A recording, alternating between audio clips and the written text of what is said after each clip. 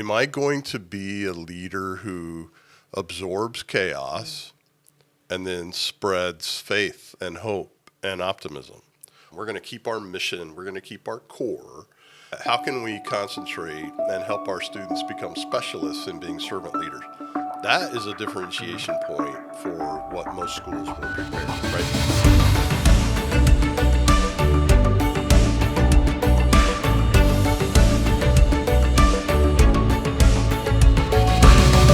All right, well, we are here on a new episode of BeyondU today. We are welcome today with Torrey Martin. Torrey, welcome. Hey, everybody. And our president, Jim Dunn. Jim, good to see you. Hello. So we are starting a new semester. It's kind of been weird weather-wise here in Oklahoma, kind of a strange start to the semester.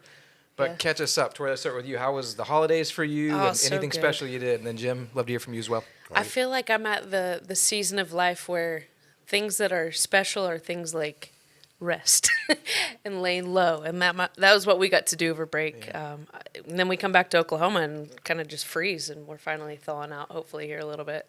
So it was pretty cold here in Oklahoma, which is kind of alluding to what you talked about with the semester starting a little bit weird. So yeah, we've had a couple snow days here. Our students have just loved having a couple of extra days off to nap and whatever they want to yes. do. Yeah. Jim, how about you? How were the holidays? I know you were at Follow for a little bit, which is a Wesley Youth Convention, but how are things for you? Yeah, I'm a Christmas junkie. So Christmas Eve, I'll go to 2 or 3 services, different churches, different traditions, and really is a lot of fun. I start playing Christmas music in September. Nice. If Walmart can do it, so can I. And There so you love that season and celebration. So Wendy and I were at home. We had celebrated with family earlier in November and December. And then took 8 students with us to the Follow Youth Convention, Wesleyan Youth Convention in Cincinnati. And having run those for 25 years for the denomination, it's a lot of fun to see a lot of friends and not have to be in charge. Yeah, it was it's the really best good. part, probably. That's right. Yeah. Our OKWU team was up there doing the church clap. Jim, I didn't see you doing the church I don't clap. know what the church clap is other than just the stuff like this, but anyway. It's too Wesleyan. Yeah, too that's Wesleyan. right. We didn't dance when we were saved. Right, And so, right. no, they were invited up right before we did a presentation and had our eagle mascot there and talked about the school and had people screeching like eagles. It was out of control, but it was good. Sounds fun. Well, we wanted to talk a little bit today just to kind of review 2023 and look forward to some things in 2023. So, Jim, talk to us just for you as president, some of the highlights from the last year. Give us some of the milestones and the highlights that we had this last year, and we'll kind of go from there. Yeah, lots of different categories, and I'm participating in the weather with Oklahoma being half in my voice today. But anyway, really good things spiritually that's happened on our campus this past year and this semester. We're looking forward to the spring and our Elevate Week and spiritual emphasis and our teams that do devotions and kids finding Christ and being baptized but then also our educational efforts. We've had some new faculty this year that have fit in really well and are helping our programs to build. And then our first doctorate level degrees were awarded in December for Doctorate of Nursing Practice. That's historical. And we had 10 students that finished that degree. And so we had also started a Doctorate of Business Administration. I think some of those will graduate in the next year. Very cool. And so those are monumental things. We did some physical things as well, expanded our parking, which nobody cares about until they don't have a parking space, right? We can't find any place to park. Like, well, Bartlesville's got plenty of parking spaces, but everybody wants to be on campus. So we expanded our parking and trying to make some improvements to facilities as well. But I think one thing that's kind of significant for me as an administrator is developing something what we call a VP band. So it's Vice President's Band. Has nothing to do with music. I was gonna say, did they play music? No, they don't. They'll Nobody's be playing live bass. downtown Bartlesville this Friday. Couple of brass solos. But no, nobody's playing the oboe. It's really just something where John Wesley used the term band for accountability groups, discipleship groups. So instead of me having to be in every conversation on the operation of the school, which eventually I can be, but could the vice presidents meet together, which they do, and literally keep each other accountable, talk through issues. I don't have to get in the way of those things. They can work it out. They can bring things to me. I can veto it if I want to, if I don't think it's a good idea. But it's written really good for them, for the university. It's been good for me to get out of some of the day-to-day operations. I still know what's going on, but I don't really need to talk about whether or not we have enough salt for the sidewalk in an ice storm, right? We just need to figure that out. So there's lots of things structurally that are happening with that, and very grateful for our team.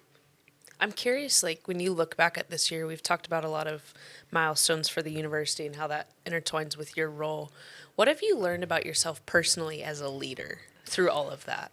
Yeah, I think one of the biggest challenges for leaders is they have to learn how to change. So, you have an inerrant kind of innate style. You probably, arguably, sociologically, psychologically develop that by the age of 5. Everything I learned before kindergarten. Yeah. But that includes anything from the style that you communicate with others, whether you're introverted, extroverted, but it also deals with some things in decision making, in how you handle conflicts. You learn that apparently in the preschool church nursery. Apparently, I don't know, learn how to bite people or throw spoons or something. But seriously, I think one of the biggest leadership challenges that a lot of people go through is they don't know how to change how they lead, what kind of style they will lead in. A lot of it deals with fear. A lot of it deals with self-esteem. For sure. Confidence in the fact that you can trust other people to do their jobs, and you don't, really need to. I told some of our leaders the other day, if you know everything about every part of whatever it is you're trying to lead, that could be a problem. Yeah. And you're not being visionary then to help things progress. You're just always stuck in today. And so that's one thing that I'm continuing to learn. And it's not abdication where I just say, hey, everybody do my job. That's not possible. And, well, you could try that. It wouldn't go very well. Some things would be left undone. And then it's also not, some kind of just sitting back and doing nothing. It's a shift of what you focus on. And so I'm trying to focus on actually the next decade and this university thriving and letting lieutenants, vice presidents run the operation. And they always have to answer to me in the end of the day, and I have to answer to our board and constituents. So it's not just hands off, but it really is a different kind of style and leadership. And I think I've observed in myself and others, it's very difficult for people to change how they lead, how they operate. Yeah. Has that change for you, Jim, freed you up to focus more time, energy, effort towards the things that will carry us for the next 10 years as we talk about thriving and flourishing as a university? 100%. Yeah, it's something that, I can just talk about my brain. If I know anything about it, right? I might be able to handle a few things, a few conversations in my own head and thoughts in my own head. You wouldn't believe that if you saw my desk with all the Post-it notes on it with the reminders, right? So I don't forget something. Or I tell people all the time I'm a dumb guy with a smartphone, so I have notes in my phone like crazy, so I don't forget things and need to really write them down and capture them before I do. But it's so it's kind of like. I don't know what the right analogy is, but you can get so buried in the immediate or even in the urgent that you have no margin to be able to think about the future. So things that relate to, how will education change in the next decade? How does Oklahoma Wesleyan need to respond to different changes? How do you make sure you keep your mission on track in the next decade? What kinds of things do you develop, whether it's your physical space or your programs or even the ability to be able to read and study and try to gain information. Like, I'm still trying to figure out what artificial intelligence is going to do to stuff, right? And I think everybody probably should, but that's going to change programmatically how things are communicated. For sure.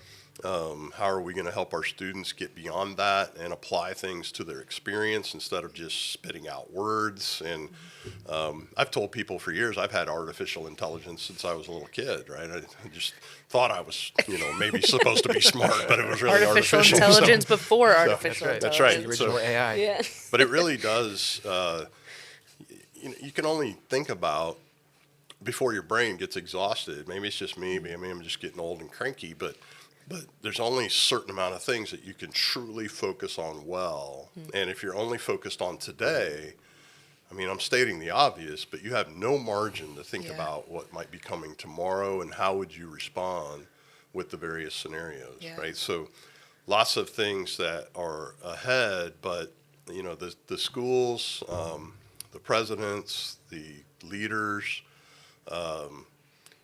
any kind of business person, any kind of ministry person, if they're not thinking about what things look like in anticipation of the next 2 years, 5 years, 10 years, and they think that everything's going to stay the same, they're lost. Yeah, it's And not. one of my favorite analogies in this actually is from a paramedic. It was a friend of mine.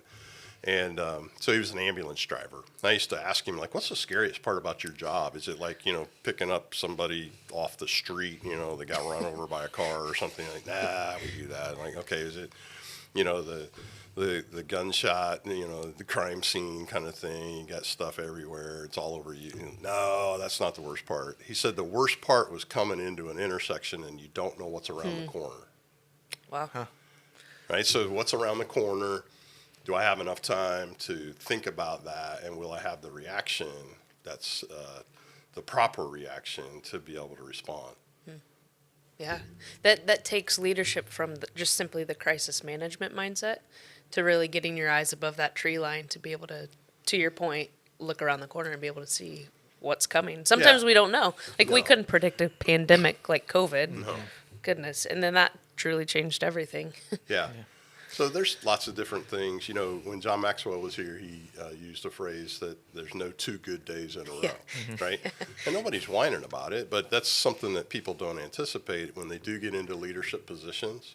It's just foreign territory. Like, man, does everybody else have these kind of issues that come up? And Right. like, having the frozen temperatures here, I don't know how many pipes we had that Yeah, froze we and had- burst yep, and floods. we had a few. And fire extinguishers, that are not working, not extinguishers, but, sprinklers that freeze and you can't turn them off till the fire department gets here. You just watch your whole dorm get flooded and all the stuff that just happens on a daily basis. I haven't told John yet, but I'm going to change it from not 2 good days in a row, but you'll never have 2 good emails in a row, right? Isn't that the Come truth? Maybe that's the title of his next book. That's right.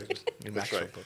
The 7 irrefutable laws right. of emails. That's right. That's Oof. right. Yeah. Yeah. Well, you kind of talked about, Jim, I mean, bringing this back around to the mission that doesn't necessarily change, and yet we find new ways to adapt and innovate, right? Yep. So in that conversation then, and you talk about leadership and the things that you're doing, the school is doing, talk to us, what's going on that's innovative? So we've got, I mean, this DPN, the nursing program, we've got our the business program, the doctor of business, but what else is out there on the horizon for OKWU that you think positions us uniquely when it comes to, because we don't know, right? Another pandemic, Yeah. AI, what's going to happen? But what are you thinking about, and what are some things that we're doing as a university to innovate, to prepare for the next 10 years? Yeah, it's a little bit unique, but it won't sound like it, and that is we're doubling down on who we are, what our mission is, not to somehow, just say, hey, we stand for Christ in Scripture, but because we stand for Christ in Scripture, we're going to apply that in everything we do, starting in the fall of 2024, in the topic of servant leadership. Mm-hmm. So literally announcing it last year, started off with saying, hey, this should be a minor in every, coursework, degree work. And that didn't go too well because minors are kind of weird with the stacking of hours. And are you going to make students stay longer? Are they going to have to pay more? And it's like, okay. So just sorting through that, how can we concentrate and help our students become specialists in being servant leaders? That is a differentiation point for what most schools will prepare, right? So we look at the whole person, we look at our biblical foundation, our biblical worldview, and we emulate Christ being the servant of all by bearing the sins of the cross, the sins of the world on the cross, and teaching our students how to serve, not just talking about it, but tangibly doing it. Every academic program, every sport, every spiritual life activity is one thing. And somebody might say, yeah, blah, blah, blah, blah, blah. But can you imagine on a resume the conversation starter, at least, that it would be for a student who has up at the top, I'm a specialist in servant leadership, Yeah. which doesn't really make sense with the humility of a servant leader, but it is something I think that will set our students apart and help us do what we say. We send them out to make a difference for advancing the kingdom of Jesus. That's one thing. The other thing that we're looking at is a lot of partnerships. So So the reality is we can't provide every program, and we can't provide every program in excellence, right? We could do it, but how good would it be? So looking at partnerships with other schools, are there consortiums? We've done that this year in computer science, so data analytics, cybersecurity, gaming, just basic computer science kinds of things that we can't offer. So we partner with other schools. The student gets their core work here, and then they do their professional kind of development in those categories for those degrees online. And we're not ready to teach all of those, but we can offer that as a pathway for our students who are interested in those things, and those things are hot as a firecracker right now. Other things that we're doing, with the mental health crisis, our psychology degree, there were conversations even recently about, could we do a master's in psych and maybe even a doctorate someday. That's not going away any day soon because of, the cultural shift in that. What was a degree that was not going anywhere 10 years ago in psych and soc now is picked up steam, one of the most popular majors. We're going to go after fine arts and try to make that as excellent as possible, and just hired a new music professor for the fall coming up, and looking forward to that and pouring some gas in that. We also have, a refresh. We're trying to figure out what we do with our graduate professional studies programs that need to be adapted and revamped. And then some other partnerships, just even in just within days of this conversation, I will have had 3 conversations with local businesses that might want their employees to be able to earn degrees, and what does that partnership look like for all of their employees. With a tech school here in town with Tri-County Tech, that conversation just happened. How can we, so one of the conversations was, what if Oklahoma Wesleyan offered the ability for somebody to earn a degree in what God's called them to do, but what if they could pick up a trade in some kind of skill set that, it could be cosmetology, It could be they're starting a firefighter school, it could be plumbing, electrical, something that they would have, you guys understand basketball, somebody might not, but a triple threat kind of student, right? That you're able to shoot, dribble, or pass on a given step, right? Or in the next play. What if our students were multiply developed in some of those partnerships, and lots of exciting things that, you have to put yourself in those conversations to say, hey, we'd like to partner. You offer something that our students could benefit from. We're going to keep our mission. We're going to keep our core, but could they expand their toolbox while they're students here? And so I don't know that those are always the most innovative kinds of things. I don't think online's going anywhere. Some people think that it should go in the garbage can. This is something that we have to double down on as well. And even for our traditional students who are on campus, and giving them the flexibility to take online classes while they're here. I know that sounds weird, but they want the on-campus formation and experience. But sometimes they might prefer an online kind of format, or a student athlete, in the spring of the year that plays baseball, and they literally have 80 games. They're going to miss 40 different days of class, right? And it's a reality. What if some of those classes were online and they didn't miss anything? Yeah. I love that, because one of the things that I hear you saying is the best way to prepare for the uncertainty of the future is you invest in your people. Right? So we don't know what's going to happen, but if we can teach our students to be servant leaders, if we can equip them, if we can give them gifts, even things like trade skills, then we prepare the student for what's coming forward, even if we can't read, what's going to happen. So. Right.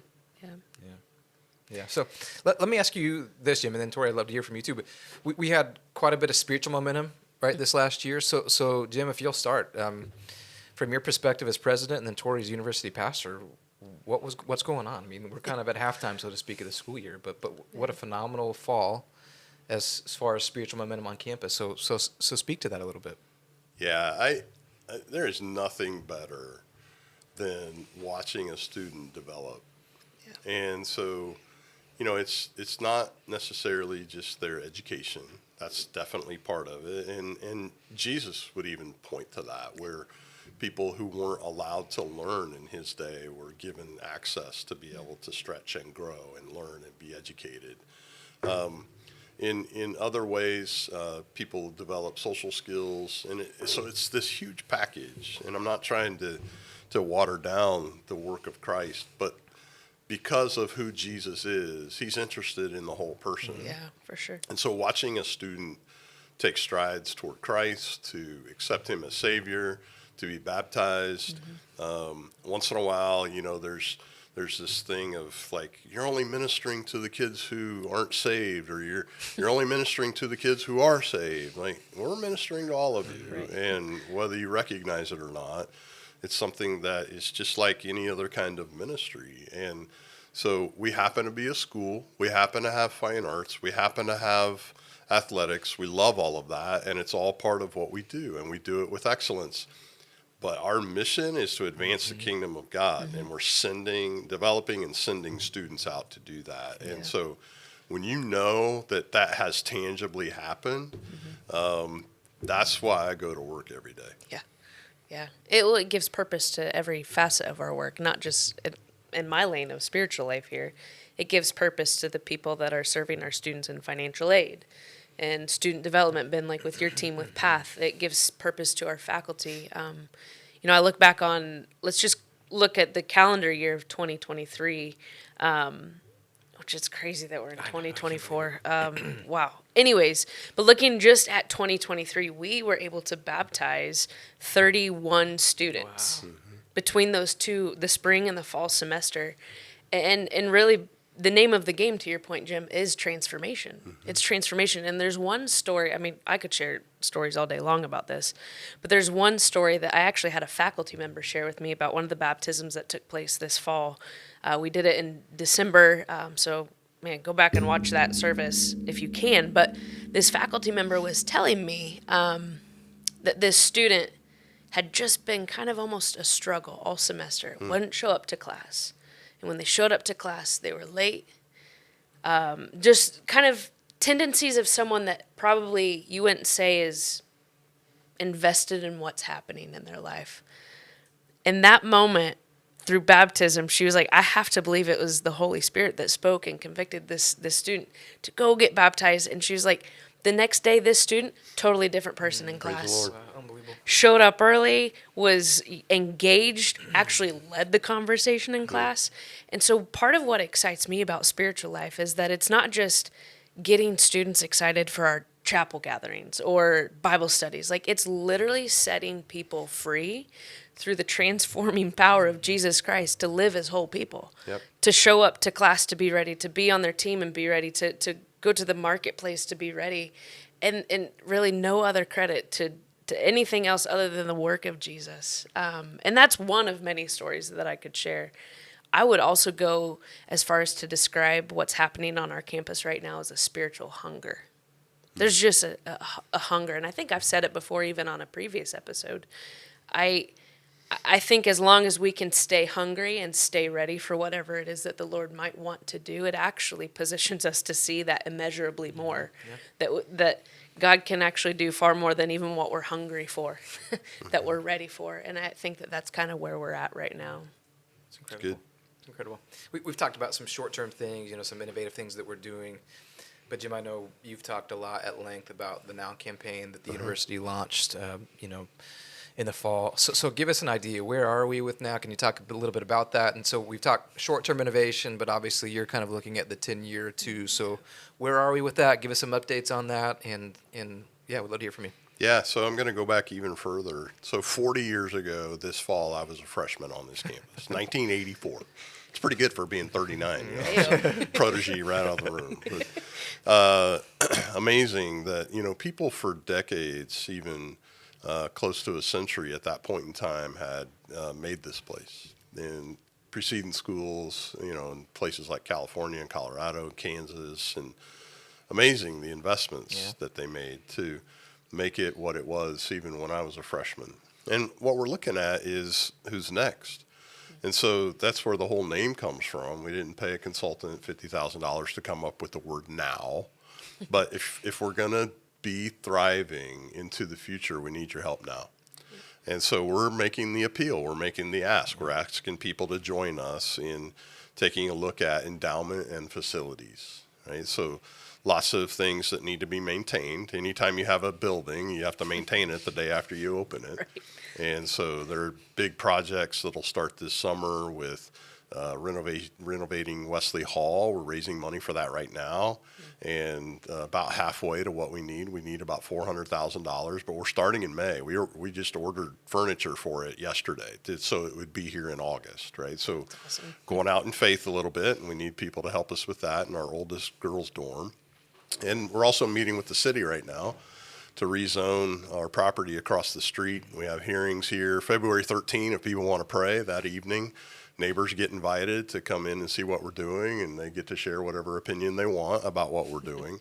But we're trying to start an Eagle Village across the street from our campus and properties that the university in their planning and strategies made the way for this day to happen way before I was here. And thank the Lord for that. But it's something where we're seeking rezoning to multifamily kind of things so we can build apartments over there. And the idea there is to not build another dorm. We can build apartments if we don't need them for students at some point in time. As a university, we can rent them and take a look at a village across the street of apartment buildings. So that's really exciting. We have a grant for that and some other gifts that will equal about half of what that will cost. And so it's not anything that's cheap. It's not, the dollar. Right. The dollar is cheap. That's about the only thing that's cheap today is the dollar and what it will buy. But trying to take a look at our athletic space. We'd love to build a track. We have a track team without a track and could really utilize some of those facilities well and put our fields into turf so they're not mud during this time of year, and field house. And so that whole campaign is headed toward 2030 to try to raise $68 million. The 68 comes from Isaiah 6:8 when God's asking of Israel who's going to represent him, and Isaiah steps up and says, "Here am I, send me." It goes with our sending, developing, goes with us giving a penny at graduation to our graduates. It says be 1 cent and trying to make a difference for Christ. So it's all thematic. Mm-hmm. We didn't do a big actuary to figure out how much we could raise. I get asked all the time, what's gonna happen if you don't raise the money? And so I'm an optimist, and I really don't like those questions, by the way, for anybody listening. But anyway, I just say, what if we do, right? So why does it have to be what if we don't? What if we do? I mean, that's a huge game changer.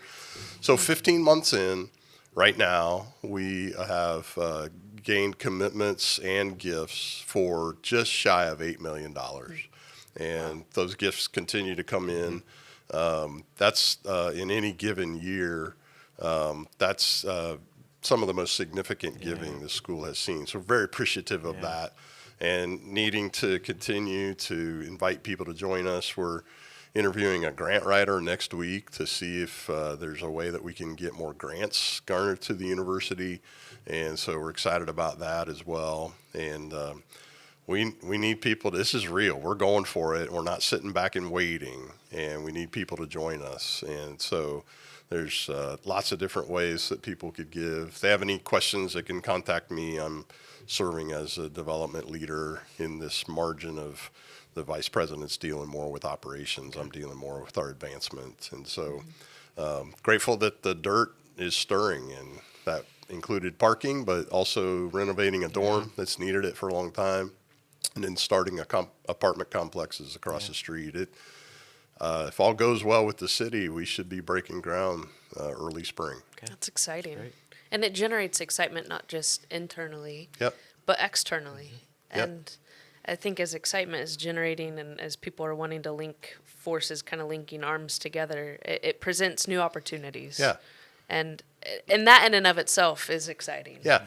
Even the appeal in town. So the president's home isn't far from campus, and it adjoins some of these properties that we're talking about, the Eagle Village. So I have neighbors ask me all the time, are you going to build a 2-story dorm in my backyard? And I tease them and say, no, it's going to be 5 stories, which the city will never approve that. But anyway, tease them a little bit. But they're actually excited and grateful that the school is growing and wanting to expand. And frankly, these buildings will improve some of the neighborhood of some of the older homes. But even for Wesley Hall, can you imagine through the years since the late 40s, early 50s, whenever there was a Bible school here, and then different iterations of what we are today, can you imagine if everybody stayed in that dorm, just gave $100? I think Wow. my Right? mom. I think my mom lived in Wesley Hall. Yeah, so she should give $500. Yeah, she should. But Yeah. anyway, Yeah. but I figured I did the math. We'd have the $400,000 if half Wow. the people who ever stayed in Wesley Hall would give $100, which that may be an incredible stretch, but for others, they could give $10,000 and make up for the rest that couldn't afford it.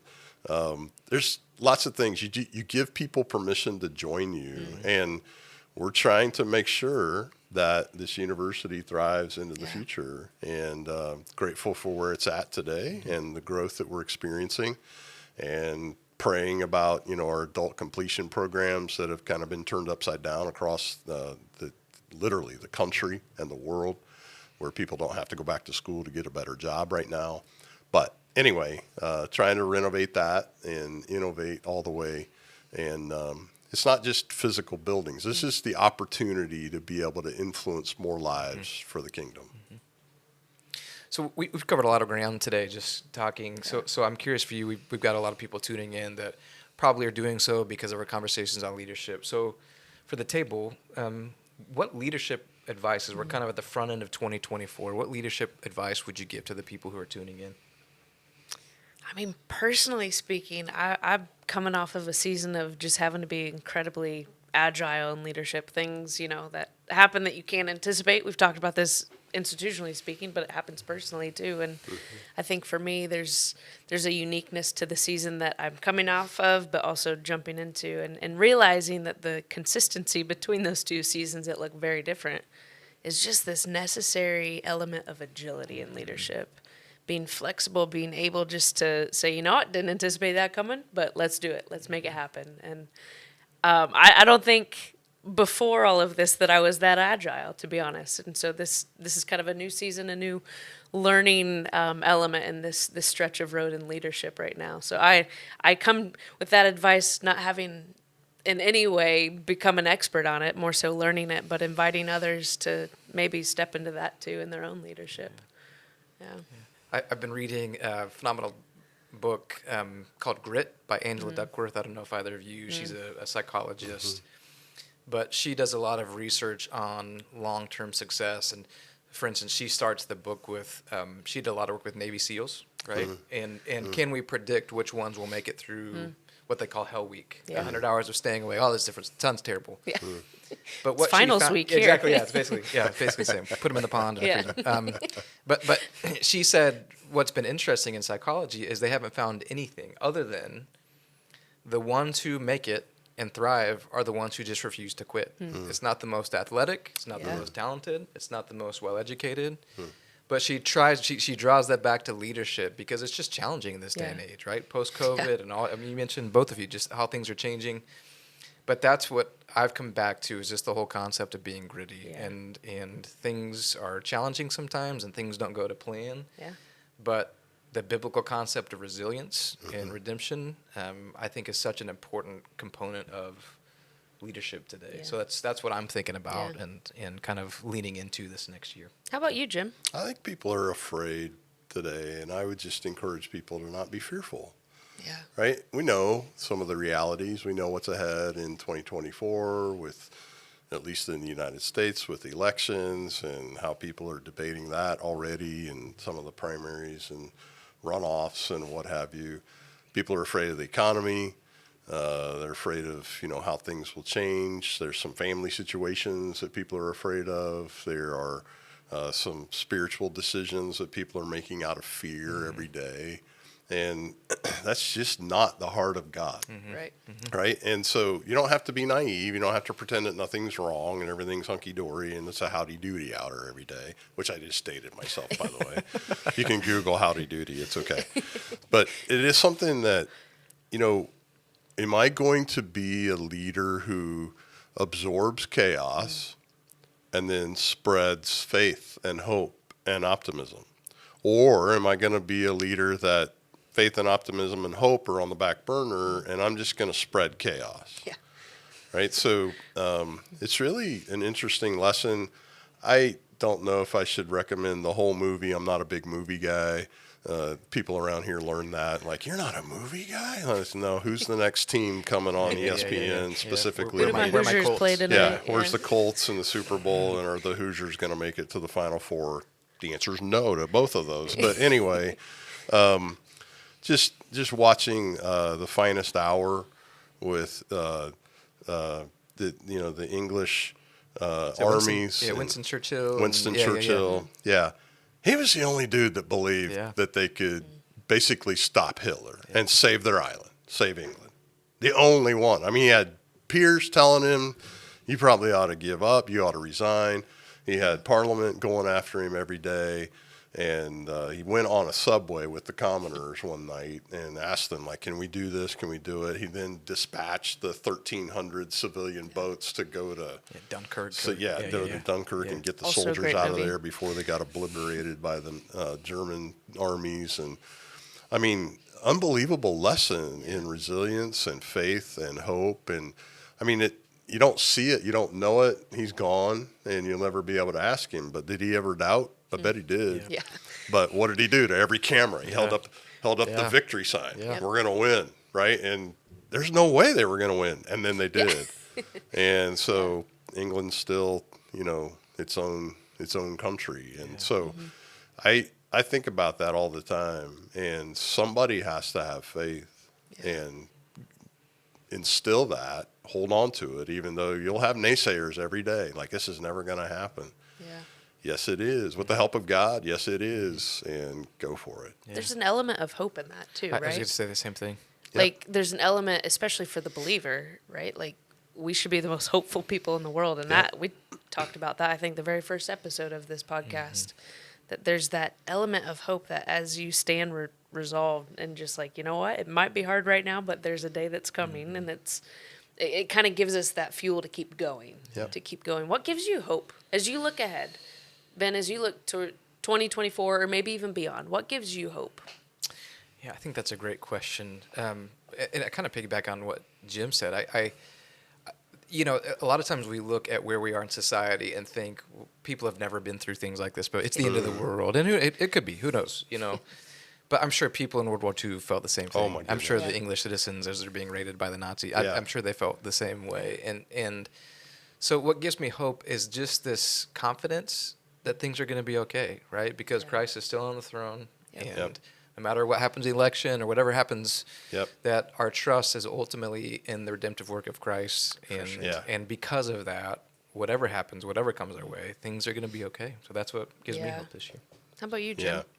I think of the passage from the Old Testament, some trust in chariots, some trust in armies. We trust in the name of the Lord our God. We're not being naive. I mean, what else are you going to trust today?